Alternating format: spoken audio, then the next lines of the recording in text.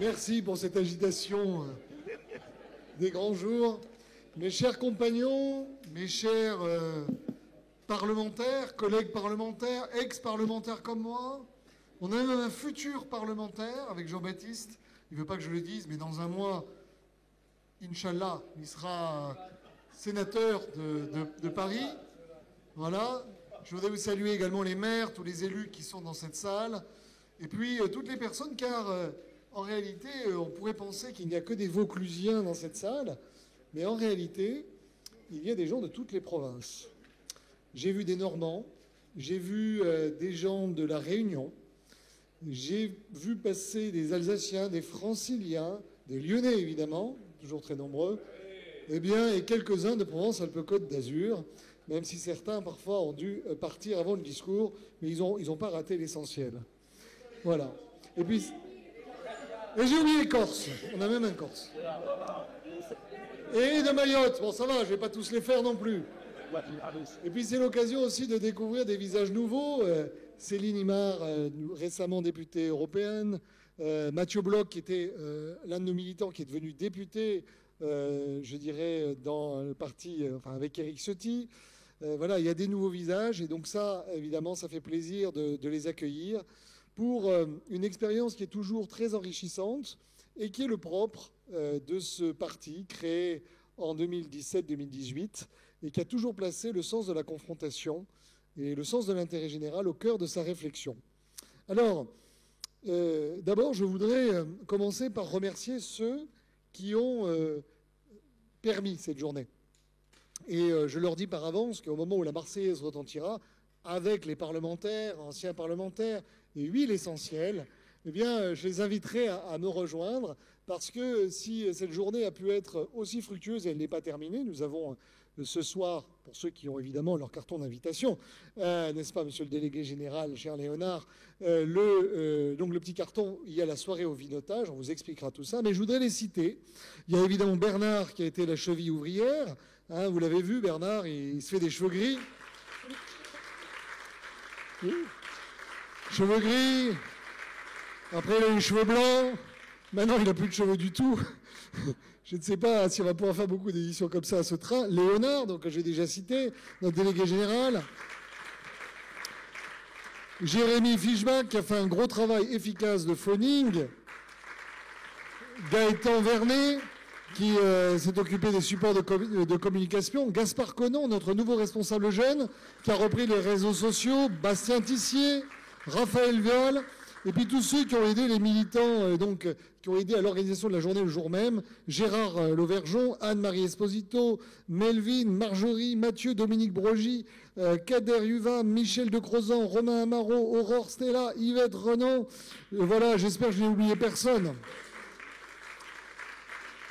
Vous savez, Oser la France ne fonctionne pas avec le budget des Républicains ou du Parti Socialiste, de je ne sais pas quel parti.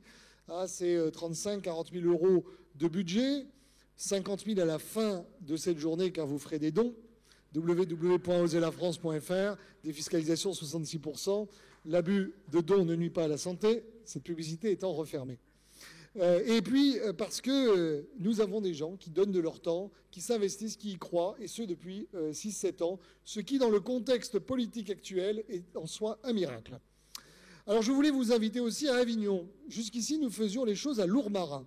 Avignon, c'était plus facile pour la logistique. Et puis, en regardant, je dirais aussi, le profil de la journée, Avignon est assez symbolique, je dirais, des différents discours qui ont été tenus, des différents thèmes qui ont été tenus. Aujourd'hui, Avignon, c'est une ville avec des quartiers qui sont des zones de non-droit, avec du narcotrafic. Avignon, c'est une ville avec, je dirais, des ghettos communautaires. Avignon aussi, c'est la capitale du 5e département le plus pauvre de France, avec ses territoires ruraux et périphériques. C'est une ville qui a des apparences de richesse. Lorsqu'on parle d'Avignon, les gens pensent au festival, pensent à la culture, alors que 35% seulement de ses habitants payent l'impôt sur le revenu. Nous n'avons que la 4e et dernière thématique qui n'est pas propre à Avignon, même si autrefois ce ne fut pas la France. Les châteaux qui se trouvent à Villeneuve-les-Avignon rappellent que le roi de France avait bâti des châteaux pour surveiller ce que faisaient les papes et pas pour les protéger. Mais bon, c'est une autre histoire. Et puis on s'est aperçu au cours de journée que ces thèmes étaient en réalité plus complexes. Parce que, évidemment, entre communautarisme et problème de zone de non-droit, on fait rapidement, je dirais, le lien. On dit souvent que ce sont les mêmes sujets, alors qu'en réalité, ce sont des sujets différents. Vous pouvez avoir d'un côté des islamistes et de l'autre côté du trafic de drogue. Ils ne seront pas forcément toujours amis.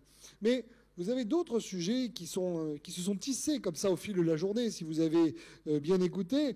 Moi, je me rappelle que dans le village de Sceaux, dont j'étais l'habitant et l'électeur et je dirais l'élu, nous avions des problèmes de drogue. Donc le sujet des narcotrafics, c'est pas un sujet limité aux zones urbaines, c'est aussi un problème de zone rurale, ça a été dit. On a vu que la Nouvelle-Calédonie était confrontée à la violence et aux zones de non-droit. Donc les zones de non-droit, ça peut aussi arriver dans des territoires qui voudraient l'indépendance. Nous avons vu que Mayotte, avec Mansour, alors je tiens à le saluer parce qu'il est quand même très sympa d'être là. C'est celui qui vient le plus loin, je pense. Et puis je me rappelle la première fois ça me fait toujours rire parce que je ne me souvenais pas de son nom. Et un jour, en réunion de députés, je dis, il y a le mec de Mayotte. Et là, j'entends Mansour qui dit, c'est moi, le mec de Mayotte. Je dis, bon, voilà. Donc maintenant, je connais ton prénom et ton nom. Mais Mansour nous a expliqué que Mayotte, c'est un territoire musulman qui est menacé par l'immigration d'autres musulmans. C'est intéressant parce que c'est la même culture, expliquait-il, et ça montre que quand on s'extrait, je dirais, des débats franco-français, ou en tout cas de France continentale, ça permet d'avoir en miroir, quelque part aussi, une réflexion en se disant, est-ce qu'on peut parfois se détacher des contingences et regarder de manière dépassionnée les problèmes. On a vu également avec Mathieu Bloch, ces gens qui étaient devenus des ruraux parce qu'ils avaient fui les quartiers. Il l'a dit d'ailleurs dans son histoire personnelle. C'est-à-dire que finalement, ces territoires ruraux, qui votent parfois Rassemblement national ou votent protestataire, eh bien, ils voient avec inquiétude cette réalité qui se développe dans les villes et ils ne veulent surtout pas que ça arrive jusqu'à eux. Donc on voit bien qu'il y a en réalité des liens entre ces différents thèmes.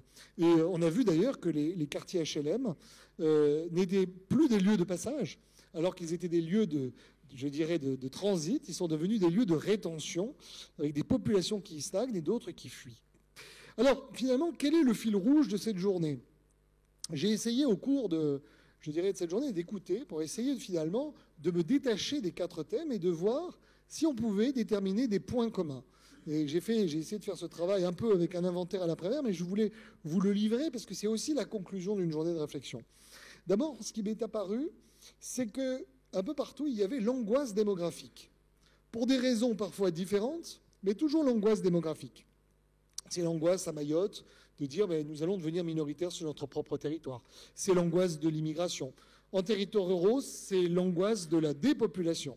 Même en Corse, on a entendu ce sujet de l'angoisse démographique et de la perte de souveraineté. Le mot d'ailleurs a été prononcé à chaque fois dans les tables rondes, avec en toile de fond derrière ce sujet de la démographie, le sujet de la politique du logement, qui est souvent d'ailleurs un sujet un peu, je dirais, sous-estimé, sous-traité en politique. Deuxièmement, par rapport à ceci, par rapport à cette inquiétude, un État qui est dysfonctionnel.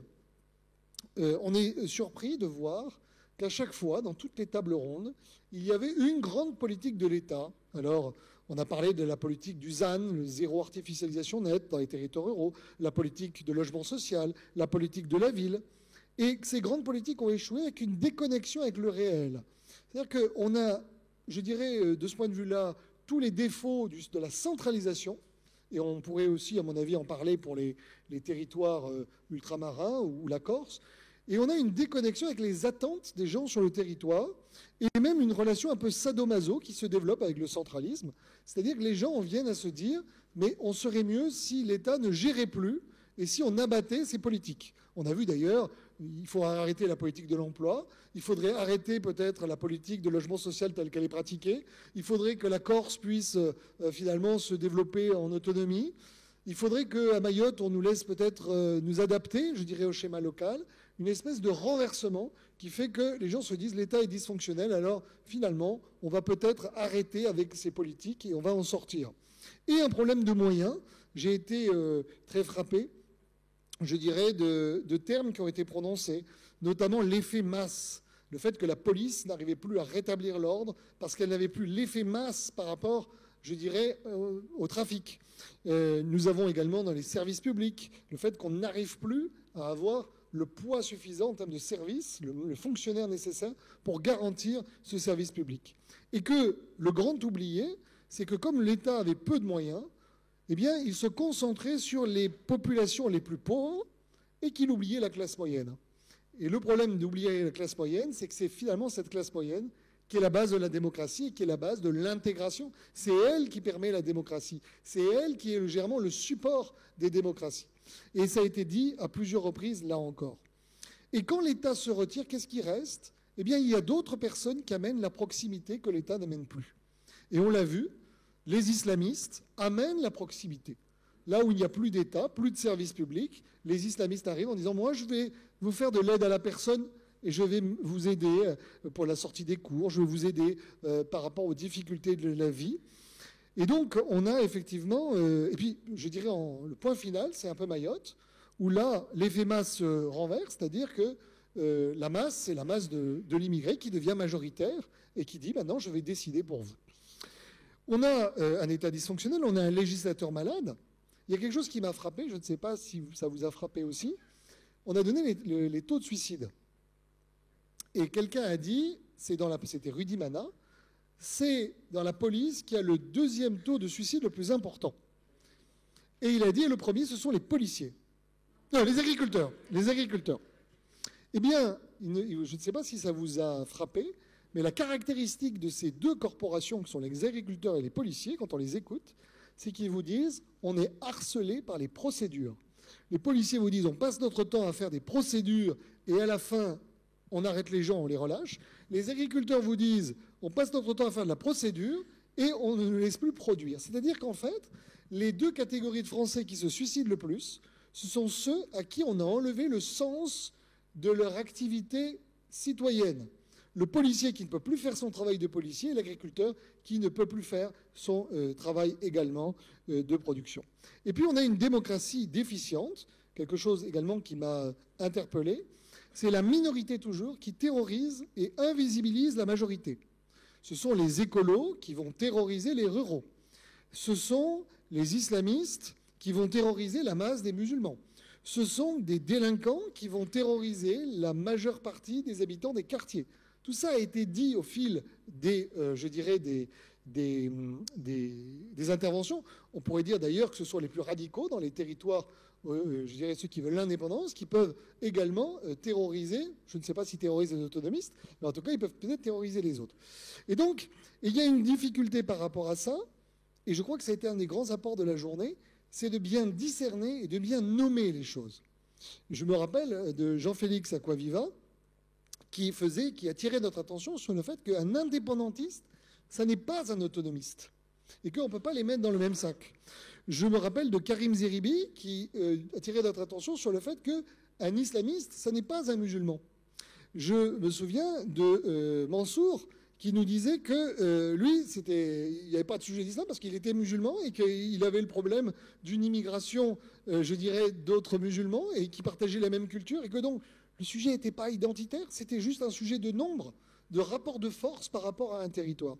Tous ces éléments-là nous incitent d'abord à dépassionner le débat en évitant de rentrer peut-être dans une grande essentialisation du problème. Et la deuxième chose, c'est de réfléchir qu'à chaque fois, eh bien, il y a un problème d'ordre public, tout simplement. C'est-à-dire que cette passion du débat nous empêche de regarder les choses froidement. Et puis, il y a un quatrième, je dirais, critère, c'est la lâcheté. C'est-à-dire qu'à chaque fois, nous avons des gens qui font des diagnostics, qui disent, voilà, la photographie, on l'a, mais ça dérive. Et il y a une lâcheté. Est-ce que c'est la lâcheté de l'État? Est-ce que c'est la lâcheté collective des citoyens? Est-ce que c'est la lâcheté des gouvernants? En tout cas, quoi qu'il en soit, ce problème est sur la table. Alors, moi, les conclusions que j'en tire, c'est d'abord que l'échec de la République dysfonctionnelle conduit, in fine, à démolir la France. Parce que je me souviens d'une citation qui m'avait été donnée, de détournement. La France, c'est une certaine idée de l'État. C'est-à-dire que la France est née en réalité de la volonté d'un État qui a conquis un territoire.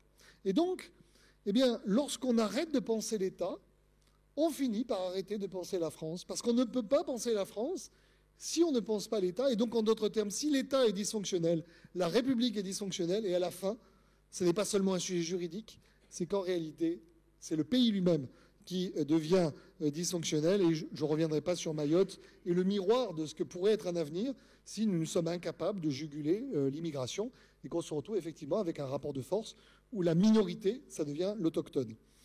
Et puis, ça entretient derrière, si la France disparaît, la concurrence des identités et des communautés. Le mot a été prononcé. Alors moi, j'aime pas le mot communauté. J'aime pas le mot communauté juive, j'aime pas le mot communauté catholique. Je pense qu'il n'y a qu'une communauté, c'est la communauté nationale. Ça ne veut pas dire qu'il n'y a pas des appartenances, voilà, qu'il n'y a pas des sentiments. Mais je crois qu'on est avant tout français et que c'est ça qu'il faut mettre en avant. La deuxième chose, c'est que c'est la question du sens. Laurent Duplon a dit quelque chose d'intéressant. Il a dit « Le lieu, c'est le lien ». Et en fait, cette phrase, elle pourrait être appliquée à chacune de nos tables rondes. Dans les ghettos communautaires, le lieu, c'est le lien. Je suis dans un ghetto, mon lien, c'est la communauté.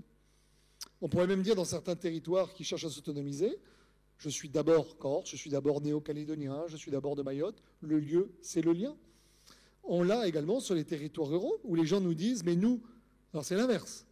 Nous sommes le lien, nous avons le lien. Et c'est pour ça que nous savons pourquoi nous sommes dans ce lieu. Donc, cette question du sens, à Mayotte et dans les banlieues, elle devrait nous pousser à nous interroger sur le débat que nous avons en réalité, qui est souvent sur les moyens budgétaires. Mais ça n'est pas qu'une question de moyens. D'ailleurs, on l'a vu, politique de la ville, 50 milliards d'euros.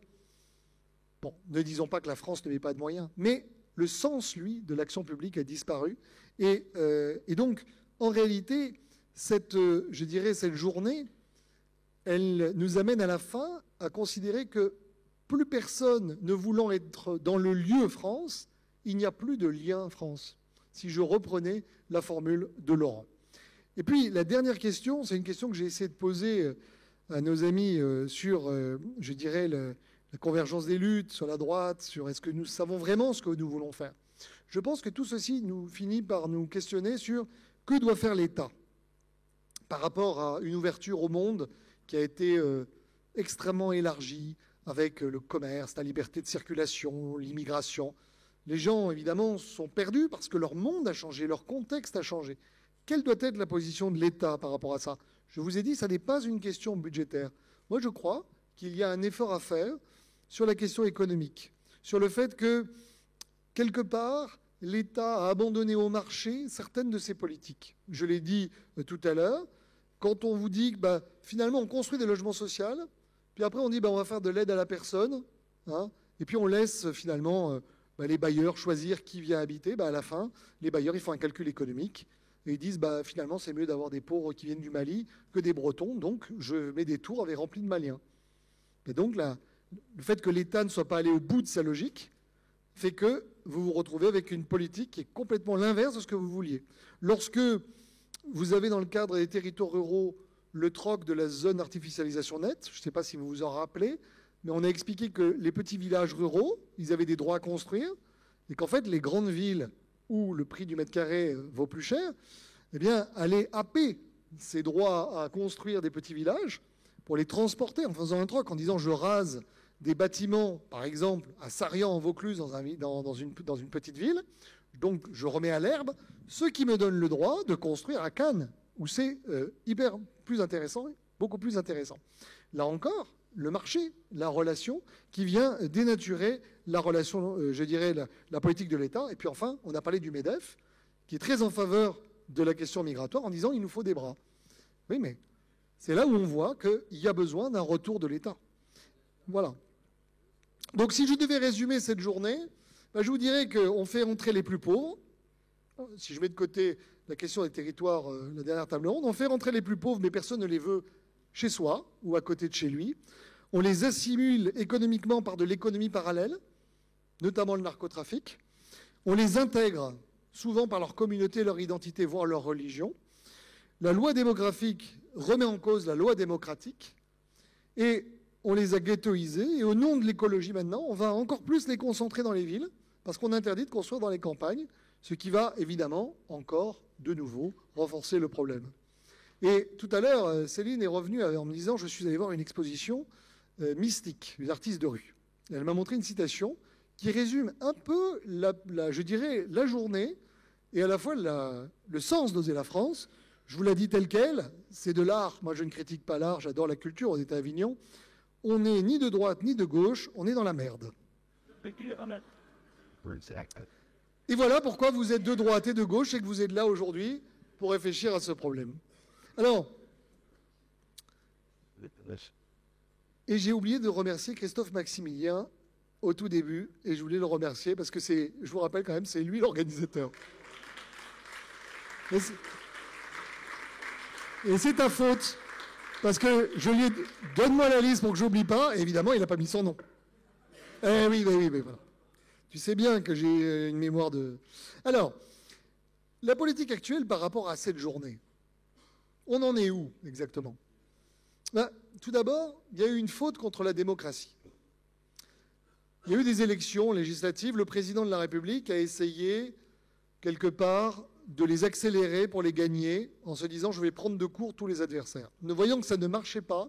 On a fait une double faute démocratique.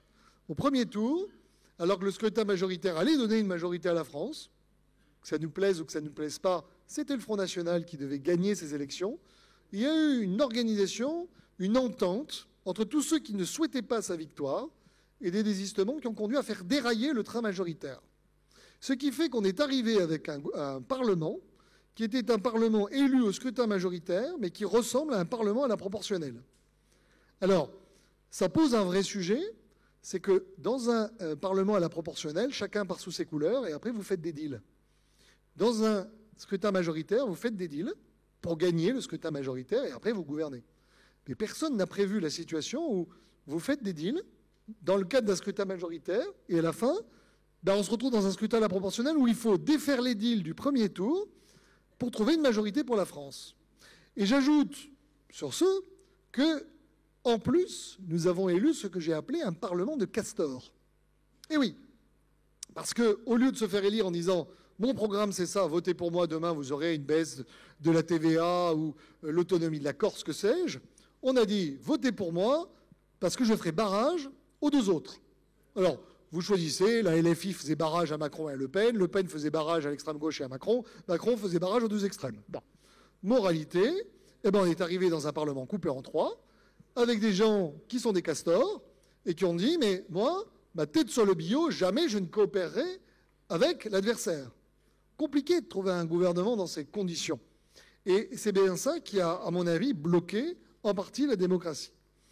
Il y a eu, deuxièmement, une deuxième faute démocratique, qui était que, ayant le nouveau Front populaire arrivé majorité relative, la tradition républicaine aurait voulu que le président dise très bien, je vais nommer un Premier ministre venu de la gauche, qui n'aurait sans doute pas survécu, en tout cas qui aurait survécu à mon avis quelques semaines, mais qui aurait permis quand même de donner quelque peu l'illusion que le résultat était à minima pris en compte. Ça n'a pas été le cas, pour notre plus grand soulagement, j'en conviens. Mais il faut se mettre à la place aussi des gens qui avaient voté à gauche. Et ce qui fait que le résultat, c'est que les gens avaient voté RN pour virer Macron ou à gauche pour virer Macron, et à la fin, ils auront eu Macron. Ce qui pose un petit problème démocratique. Dans cette affaire, le Rassemblement national a connu un succès et un échec. Un échec parce que, quelque part, notamment pour tous les ruraux qui ont voté pour le Rassemblement national, il y a une forme d'invisibilisation. C'est-à-dire qu'on fait un très beau premier tour, mais ensuite, vous êtes en position d'arbitre, mais complètement cornérisé au sein du Parlement. Ça pose un sujet. Ça pose aussi un sujet pour la logique de l'UDR, parce qu'on aurait pu penser que l'électeur fasse la différence entre un candidat de droite où il y a un désistement du Rassemblement national et un candidat du Rassemblement national. Et la réalité, ce qui m'a beaucoup surpris, c'est qu'en fait, il n'y a pas eu cette distinction. Je me souviens d'un candidat dont je tairai le nom, qui était candidat pour Éric Ciotti, qui m'a dit au premier tour, j'ai fait 48, au deuxième, j'ai fait 49.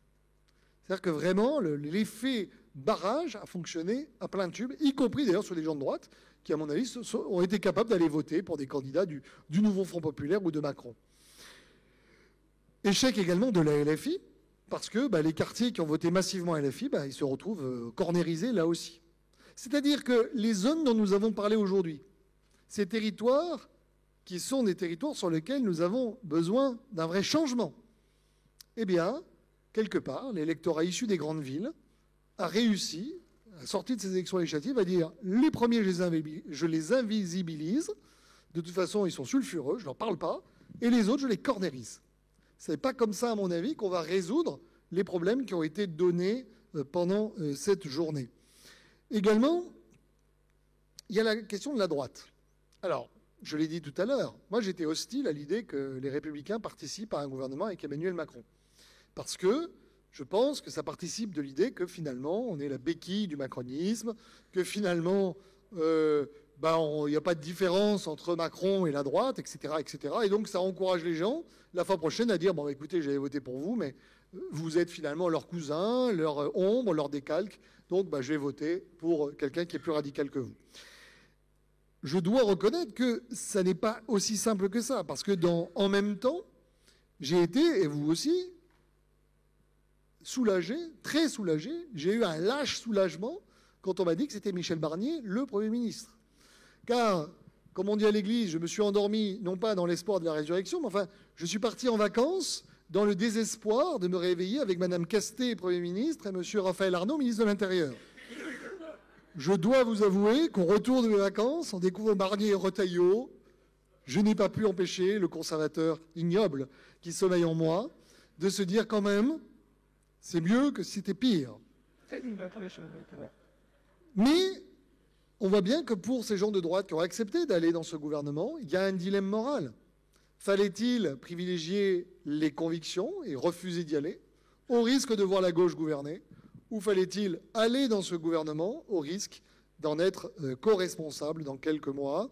Je crois qu'il n'y avait pas de bonne réponse à cela et que les Français jugeront sur les résultats, même si je pense, et c'est là le problème, que ce gouvernement n'a pas les moyens pour résoudre les problèmes. Pas les moyens politiques.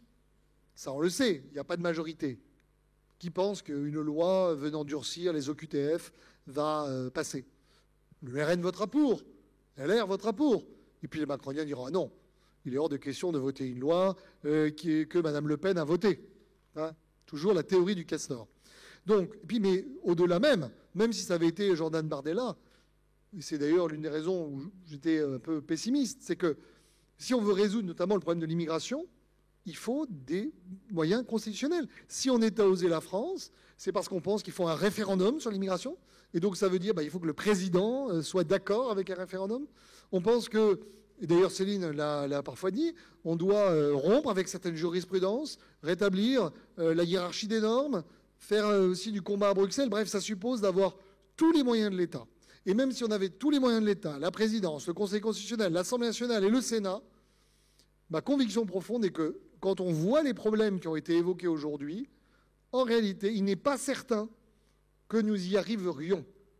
Je l'espère, mais en tout cas, en 5 ans, ce serait très compliqué. Il faudrait sans doute 10 ou 15 ans. Il faudrait 10 ou 15 ans de ce régime et une volonté très forte pour y arriver. Il y a eu, d'ailleurs, dans l'histoire, je me rappelle, Nicolas Sarkozy a eu tous les pouvoirs. Il a manqué parfois le carburant de la volonté pour reverser la table. Et j'attire votre attention sur le fait que le cadre budgétaire est en train effectivement de partir dans le décor et que nous n'avons pas notre souveraineté financière, nous sommes en train de la perdre. Quand Michel Barnier dit « je vais peut-être augmenter les impôts sur les plus riches », Terra Nova, Institut socialiste, a fait une étude pour dire ça rapporte 15 milliards d'euros. Mais on n'est pas à 15 milliards d'euros. On doit chercher 100 milliards d'euros. 100 milliards d'euros, ça veut dire quoi? Ça veut dire qu'il faudrait que l'État régalien, celui à qui on demande d'aller reprendre le contrôle des ghettos et des zones de non-droit, va réduire son budget d'un tiers. C'est ça concrètement. Donc, il ne faut pas se voiler la face. On a des choses très compliquées à gérer devant nous. Parce que si on ne le prend pas sur l'État, où est-ce qu'on le prend? Vous avez les collectivités locales, avec des gens qui considèrent que c'est mieux quand c'est le maire qui dépense ou le conseil régional. Mais en réalité, ça reste l'argent public. Et celui qui vous parle est un grand défenseur des mairies. Je ne pense pas que ce soit les communes qui dépensent le plus. Et puis le social. vos retraites, nos retraites, sont financées à 68% par des cotisations. Ça veut dire que le reste est financé par l'impôt. Et donc ça veut dire que l'État fait des chèques sans provision, parce qu'il n'a pas l'argent, au système social pour qu'il puisse fonctionner. Et qui fait des chèques à l'État? Eh bien les marchés financiers. Puisque l'État s'endette tous les ans. Je vous rappelle quand même quelques chiffres. En 2007, quand Nicolas Sarkozy a été élu, nous avions un ratio de dette sur le produit intérieur brut qui était celui de l'Allemagne. On était à 64%. On est aujourd'hui à 111%, c'est-à-dire qu'on a quasiment doublé. On a quasiment doublé. Et que je dirais ces dépenses, d'accord, les dépenses sociales représentent 60% des dépenses publiques. Alors dans tout ça, il y a quand même un espoir, parce que Michel Barnier, je l'espère, a pris conscience d'un certain nombre de choses, et donc on peut espérer en tout cas qu'il ait plus de lucidité que Madame Castet pour le faire. Quand je vois Bruno Retailleau, je me dis quand même qu'au moins sur la question de l'intérieur, on peut espérer, parce que je sais qu'il y a une vraie conviction qui tranche un petit peu sur Gérald Darmanin. Rudy Mana en a dit le plus grand bien de Gérald. Je pense que profondément, c'est un homme de droite. Mais je pense que c'est très compliqué de coopérer avec M. Dupond-Moretti. Alors vous allez me dire, M. Migaud. M. Migaud, ce n'est pas M. Dupond-Moretti. Ça reste un social-démocrate. Ce n'est pas un grand guerrier. On verra ce que ça va donner. Et alors, l'avenir d'oser la France dans tout ça. Alors, vous savez, moi j'ai un positionnement personnel un peu compliqué. J'ai soutenu Éric Ciotti aux primaires et j'ai soutenu Bruno Retailleau aux élections internes des Républicains. Donc, quelque part, on pourrait dire que je suis un peu à équidistance de deux tactiques très différentes. L'un qui a conduit Éric Ciotti à rejoindre une alliance structurelle avec le Rassemblement national, l'autre qui a conduit Bruno Retailleau à assumer une alliance conjoncturelle ou peut-être structurelle, on le verra, avec Emmanuel Macron. Donc, vous voyez bien que je suis, je dirais, à titre personnel, assez sensible à ce sujet. Moi, je crois que Oser la France ne doit pas être un instrument de tactique. Parce que, pour connaître à la fois Bruno Retailleau et Éric Ciotti, il y a quand même plus de sujets d'accord que de sujets de désaccord. Sur le fond, si certains se rappellent la campagne qui avait pu être faite aux Républicains, en réalité, il y en a un qui est plus souverainiste que l'autre, effectivement, mais voilà, on n'est pas dans un dialogue droite-gauche. Donc les choix qu'ils ont faits ne sont pas des choix idéologiques, ils ne sont pas des choix stratégiques, ils sont des choix tactiques. C'est-à-dire que chacun des deux a fait un calcul différent à un instant T par rapport à une situation politique. Et c'est quoi cette situation politique? C'est que les Républicains n'avaient plus d'avenir en tant que puissance autonome. C'est que la droite n'avait plus d'avenir en tant que, je dirais, parti pouvant à lui seul enclencher une dynamique. L'un, finalement, a dit « Notre avenir, c'est une alliance ». Mais bon, quand vous êtes 17 et que les autres sont 100, vous avez 1 million de voix, ils en ont 11, c'est plutôt pour moi une satellisation par le RN. Et s'agissant, je dirais, de la majeure partie des Républicains, c'est aussi une forme de satellisation, ou en tout cas d'accord, absorption par En Marche, puisque vous avez effectivement quelques ministres LR dans un ensemble plus grand. Donc, ce sont des tactiques, mais ça ne veut pas forcément dire que la solution de long terme se trouve dans ces choix. La première question qu'on doit se poser, c'est est-ce qu'ils ont raison? Je pense que c'est la première question qu'il faut se poser. Et je dois vous dire que c'est une question très compliquée, personne n'est devin, mais je voudrais quand même vous citer quelqu'un que j'aimais beaucoup et qui nous a quittés, Maxime Tandonnet. Maxime, que j'ai connu il y a 25 ans, et qui écrivait, alors, lui à propos d'Éric Ciotti, « L'attitude qui consiste à se soumettre aux puissants de l'heure, c'est-à-dire le RN, après l'avoir durement combattu pendant des décennies, ne donne pas une image digne de la politique. Elle revient clairement à courber la tête devant une forme de chantage, la soumission en échange d'un siège de député gagné ou sauvé. Cet effet de soumission au vainqueur n'est à l'honneur de personne. Le succès du Rassemblement national est en grande partie le produit du rejet populaire du macronisme, avec son bilan effroyable dans tous les domaines. Son reflux dans les urnes est sans doute aussi inéluctable que la disparition du macronisme. Alors qui sera là pour prendre la relève? Qui restera debout au milieu des ruines de la politique française? La gauche de M. Mélenchon? En se précipitant dans les bras du lepénisme, en choisissant une forme de compromission plutôt qu'une autre, la droite risque d'obérer ses chances d'un retour gagnant, possible au prix d'une révolution interne. Car il lui faudrait évidemment tout changer pour renaître, son nom, son discours et son projet, se placer au service du peuple en lui apportant des réponses sincères et crédibles en matière économique et sociale, d'environnement, de sécurité et d'immigration, et surtout mettre au premier rang de ses priorités la reconstruction de la démocratie française. Je pense que, même si le constat de Maxime est assez dur, et que moi, je n'ai pas voulu condamner, j'ai des amis dans cette salle qui ont fait le choix de partir, soit avec d'ailleurs une alliance Macron, soit tout seul, soit avec une alliance RN. Et je n'ai pas voulu, moi, les condamner, parce que dans le fond, ils avaient tous raison. L'important dans le chaos qui était le nôtre en juin, c'était d'avoir une représentation politique. Qu'importe le flacon pourvu qu'on ait l'ivresse, pourvu que vous ayez des députés. Et c'est des députés d'ailleurs qui siègent peut-être aujourd'hui dans des groupes différents, mais qui fondamentalement pensent pareil. Et je pense qu'on sera un jour amené de toute façon, au-delà de ces choix tactiques, à s'unir pour redresser ce pays. Le choix d'oser la France, ça ne peut pas être un choix de satellisation. Parce qu'on ne peut pas être un parti gaulliste et dire « mon avenir, c'est d'être la petite lune autour d'une grande planète ». En tout cas, ce n'est pas mon souhait. En revanche, il y a un rôle que nous pouvons jouer, c'est celui de maison commune. Il y a dans cette salle des gens d'horizons très différents. Des gens qui viennent de la gauche, des gens qui viennent de Reconquête, des gens qui sont passés par le RN, ou qui sont toujours, des gens qui sont à l'UDR, des gens qui sont à LR, des gens qui ne sont plus à LR, parce qu'il est hors de question de reprendre une carte à LR, mais qui restent de droite, des gens qui sont à Libre. Ces gens sont là aujourd'hui et vous ne connaissez pas leur étiquette, et quand vous regardez votre voisin, vous ne savez pas d'ailleurs où il se situe. Mais vous aurez remarqué qu'ils ont applaudi à peu près au même discours.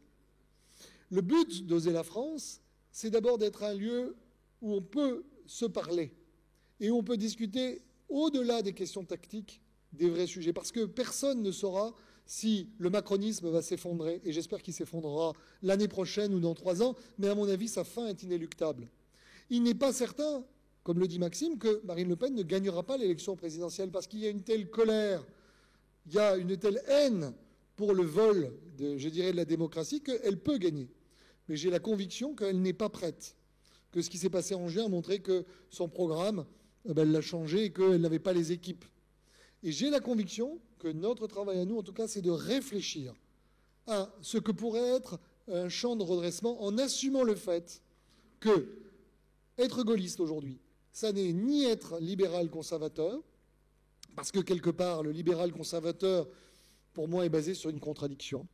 Il dit, finalement, l'État doit laisser tranquilles les entreprises, mais par contre, l'État doit s'occuper de votre vie sociétale, ni, d'être socialiste libertaire, comme peut l'être certains membres du Rassemblement national. Moi, je crois qu'il y a besoin d'un retour d'État.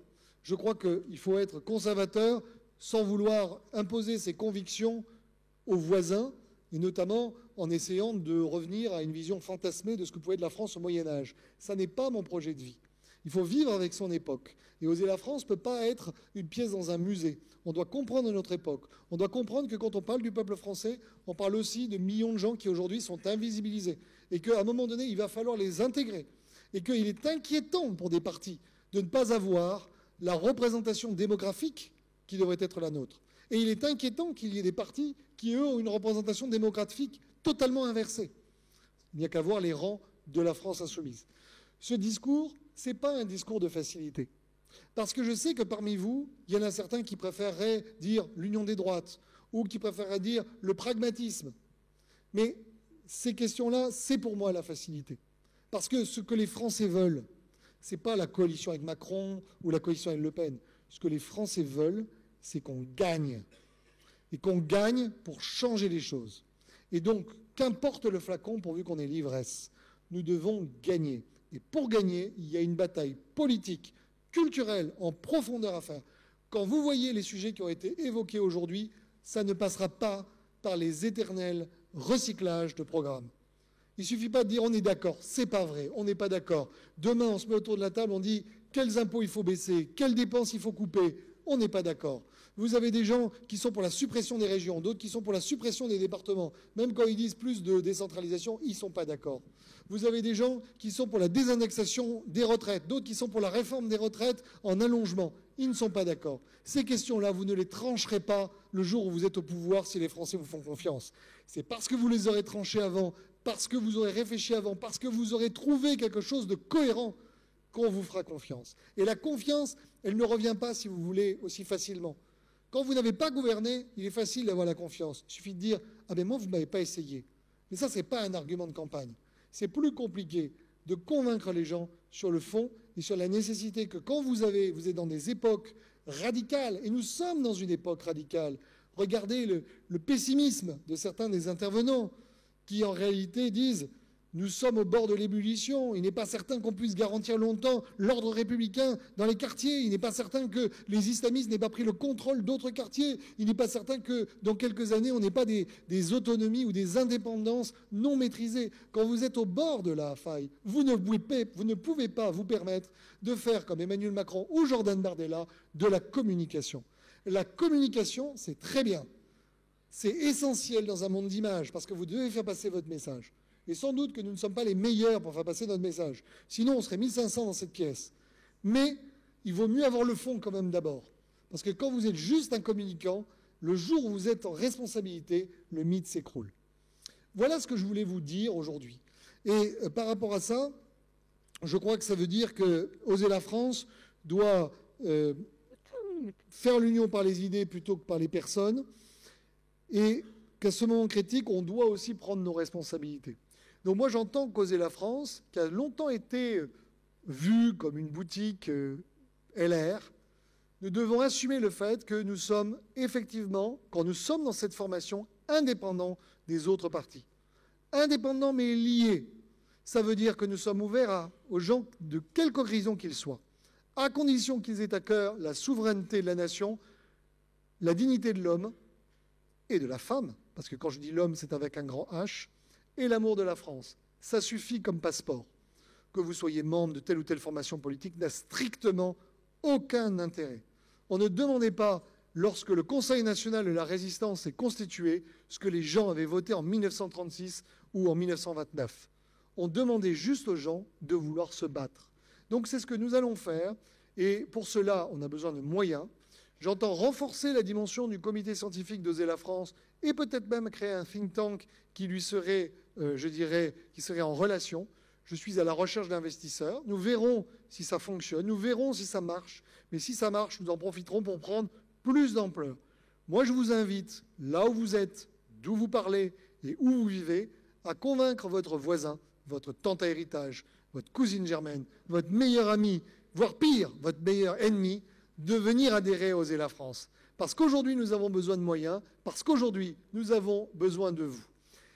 Voilà ce que je voulais vous dire aujourd'hui. J'espère que vous avoir convaincu. L'horizon, c'est qu'un jour, il y aura une élection législative.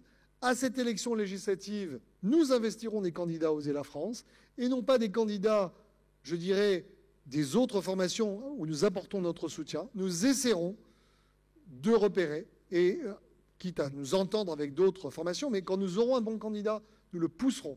Et nous essaierons d'avoir du financement public en toute transparence par rapport, et contrairement à ce qui a pu être fait par d'autres.